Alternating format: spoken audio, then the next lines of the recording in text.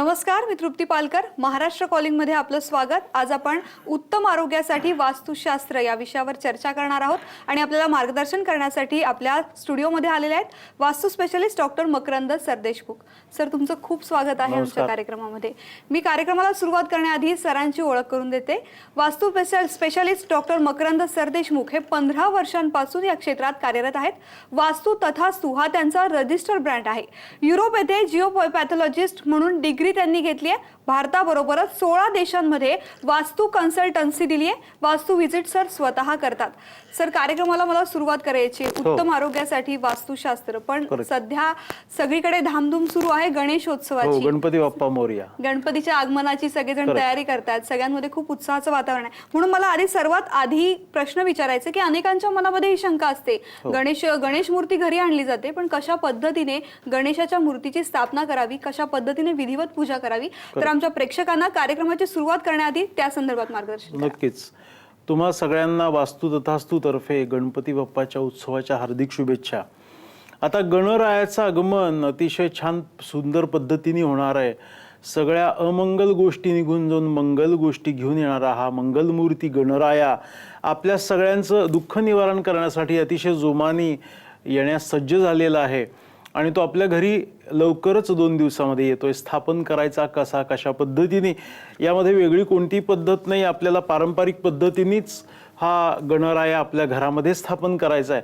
परंतु अनेक लोकांचा प्रश्न असतो, फोन, मेसेज, व्हॉट्सअप, फेसबुकवर, सर गणपती कुठे स्थापन करायचा, घरामध्ये आमची काही जागा चुकत नाही ना. कारण वास्तूच्या या सगळ्या गोष्टींचं मर्म सगळ्यांना माहीत असल्यामुळे मग आता देवघर कुठे कशा या पद्धतीनेच गणपतीच्या बाबतीमध्ये माहिती पाहूयात.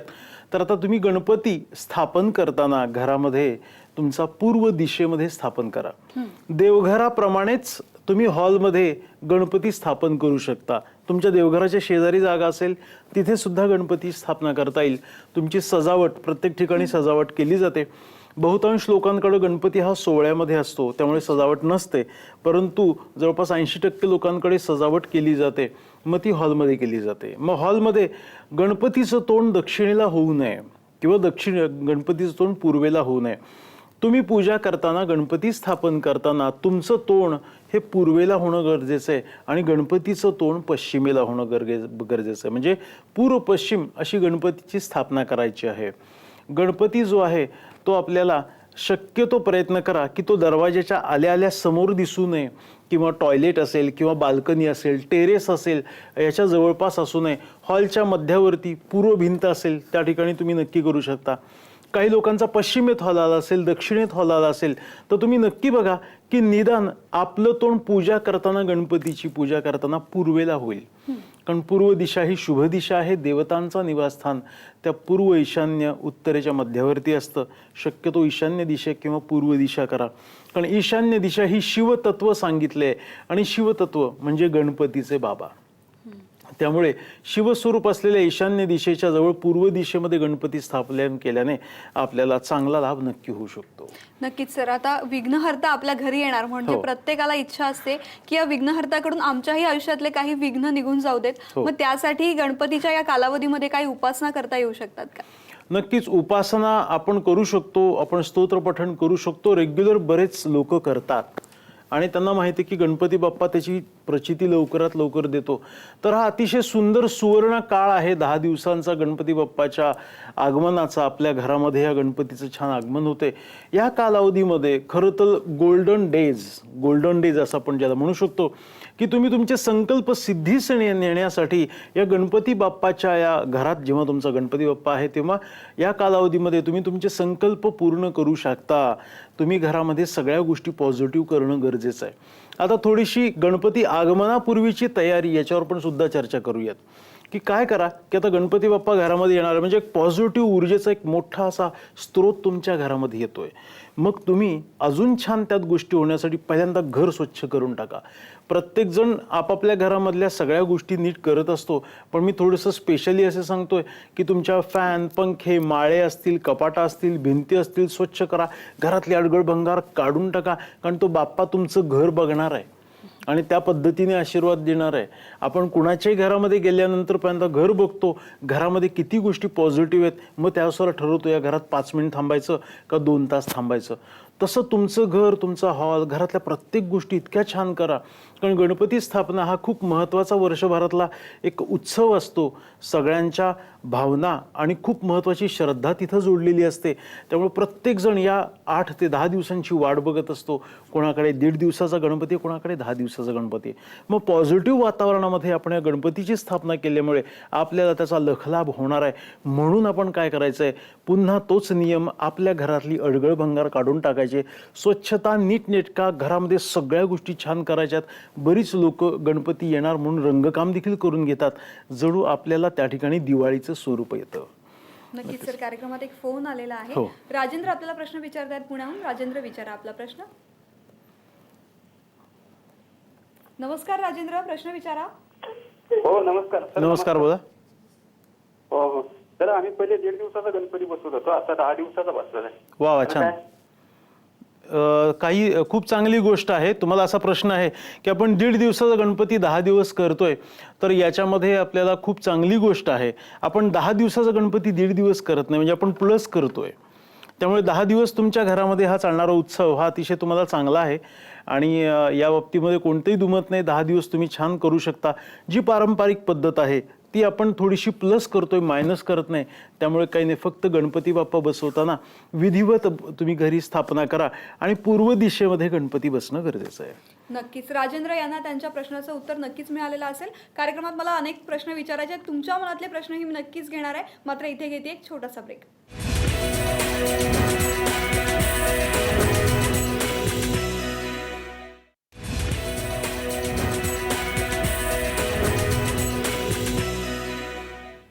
ब्रेक नंतर आपलं पुन्हा एकदा स्वागत. आज आपण चर्चा करतोय उत्तम आरोग्यासाठी वास्तुशास्त्र आणि आपल्याला मार्गदर्शन करतात वास्तू स्पेशालिस्ट डॉक्टर मकरंद सरदेशमुख.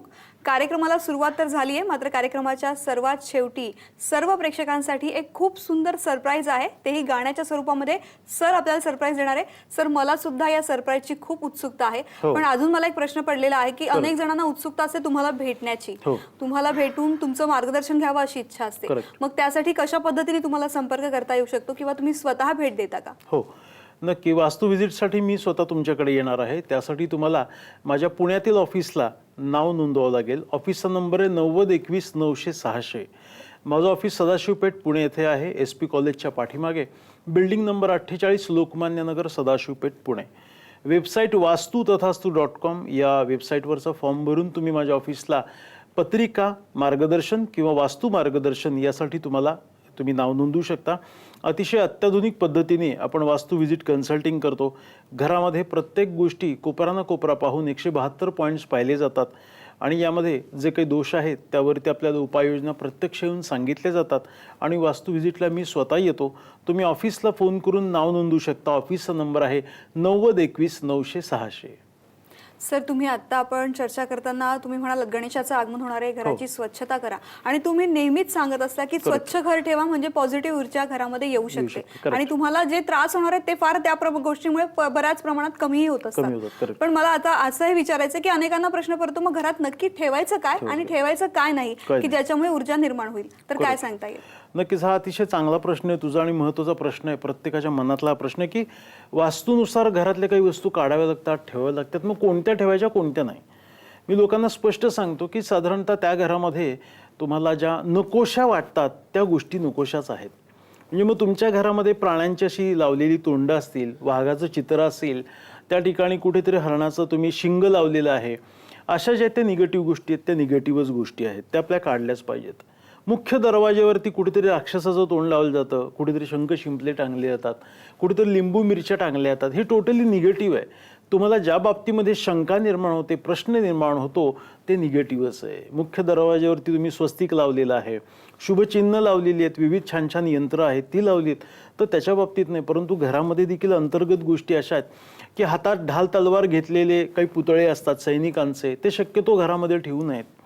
यामध्ये रामायण महाभारतातली बरीचशी चित्रं आहेत. मग काही ठिकाणी युद्ध झाल्याची चित्रंसुद्धा घरामध्ये लावली जातात.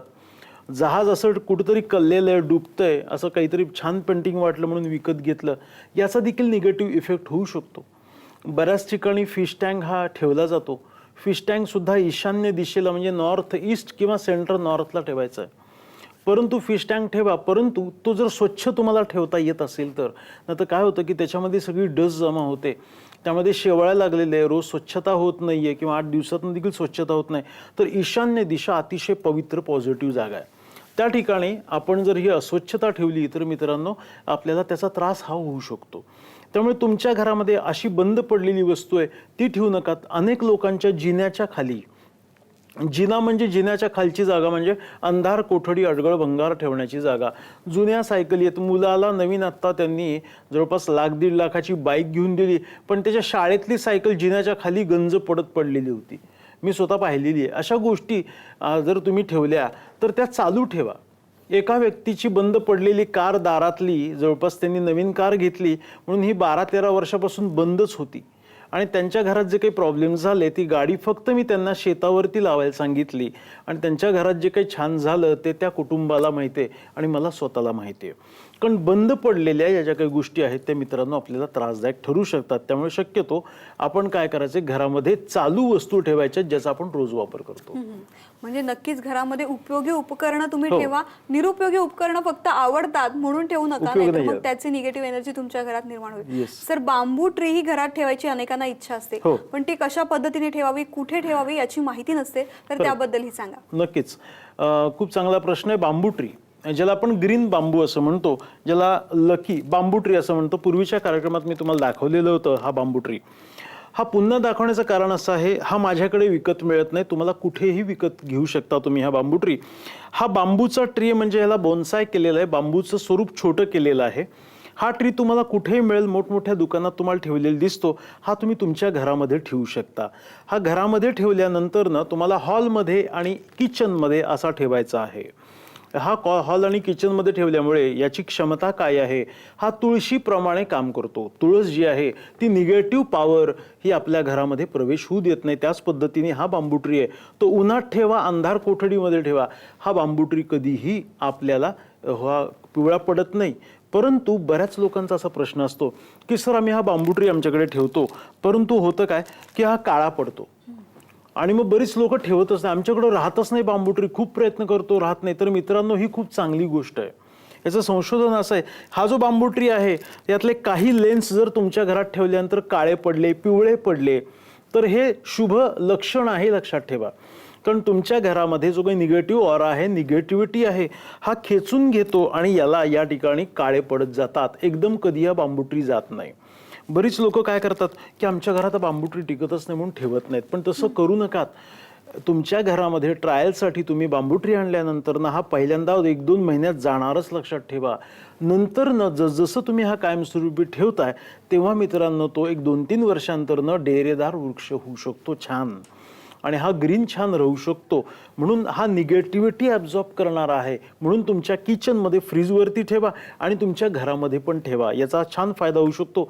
म्हणून याला लकी ट्री म्हणतात. आपण मोठमोठ्या दुकानात जातो, शॉपिंग मॉलमध्ये जातो, हा प्रत्येक ठिकाणी ठेवलेला असतो, कारण हा गुड लक ट्री म्हणून काम करतो. आणि बांबू हे तत्व स्टेबिलिटीचं आहे. ते बांबू हा जो तत्व आहे ते आपल्याला स्टेबिलिटी देतं, संयम देतं आणि धीर देतं. म्हणून अशी प्रतीकं शुभ घरात असणं खूप गरजेचं आहे. नक्कीच बांबू ट्री बद्दल तुमच्या मनात ज्या शंका असतील त्या नक्कीच दूर झाल्या असतील. बांबू ट्री ही पॉझिटिव्ह एनर्जी देणारी ट्री आहे, त्यामुळे नक्कीच तुमच्या घरामध्ये ठेवा. सरांकडून मला आणखीनही माहिती जाणून घ्यायची आहे, मात्र महाराष्ट्र कॉलिंगमध्ये घेते छोटासा ब्रेक.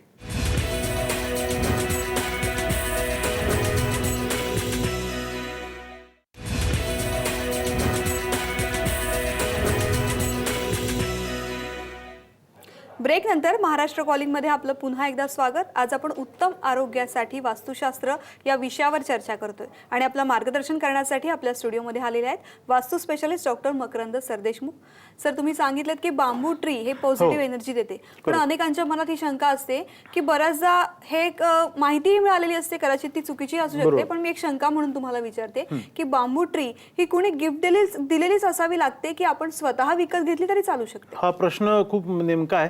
बरेच लोक विचारतात की बांबू ट्री विकत घ्यावा का, देवघर आपल्याला गिफ्ट द्यावं लागतं वगैरे, असं काही नाही आहे. ह्या दोन्ही गोष्टी तुम्ही विकत आणू शकता, कारण आपल्याला यशाचं शिखर गाठायचं आहे, आपल्याला खूप चांगल्या गोष्टी करायच्या आहेत.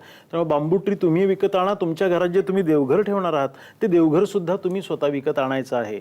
त्यामुळे असं कुठेही लिहिलेलं नाही आहे की बांबू-ट्री आपण हा फक्त गिफ्ट हाऊसमध्ये विकायला सुरू झाली म्हणून असं वाटतं की हा गिफ्ट देण्यासाठी आहे. तर तो आपलं गुड लक आणि आपल्याला पॉझिटिव्हिटी मिळण्याच्या दृष्टीने हा खूप चांगलं काम म्हणजे हा करतो. खूप मोठा गैरसमज गैरसमज आहे आहे, की खूप कोणतरी मोठा. गिफ्ट दिल्यानंतरच ते बांबू-ट्री घरात ठेवतात. Correct, तसं correct. असं काही नसतं. नाहीये. Correct. सर, बऱ्याचदा अनेक लोक आपल्या घराचं रिनोव्हेशन करतात, घर हो. तोडतात आणि त्यानंतर मग जे उरलेलं सामान असतं, बऱ्याच जणांची इच्छा असते की तेच वापरलं जावं, त्याचाच उपयोग व्हावा. पण अशा पद्धतीने मग तुटलेल्या घराच्या चौकटी वगैरे पुन्हा वापरता येऊ शकतात का? त्याचाही काही परिणाम होतो? नक्कीच. जुन्या घराचं बांधकाम काढलंय आपण, ते घर पाडलंय आणि त्याच्या जागी आपण नवीन घर बांधतोय, किंवा अनेक वर्षापूर्वी ते बांधकामात काढले आणि त्यातली लाकडं पडलेली आहेत, बऱ्याचशा चौकटी पडलेल्या आहेत, ते पुन्हा नवीन घरासाठी वापरू नका.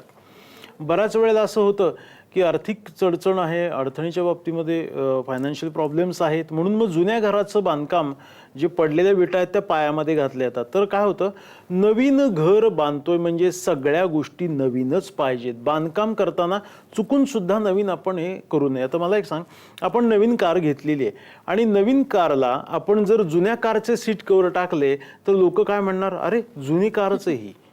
तसं नवीन घराला सगळ्या नवीन गोष्टी पाहिजेत. तुमचे 5-6 हजार रुपये वाचवण्यासाठी तुम्ही अजिबात जुन्या बांधकामाचं हे काही टाकू नका. आता एका ठिकाणी असंच झालं होतं की मला एकाने सांगितले, सर आमचा एक जुना मठ पाडलेला होता, तो अनेक वर्षापूर्वीचा होता, तर त्याची जे काही आलेली मटेरियल आहे ते मी पायामध्ये भर म्हणून घालू का? म्हणलं नका करू. सगळी ऊर्जा तिथे स्टेबल्ड असते, त्या मातीमध्ये शोषून घेतलेली असते.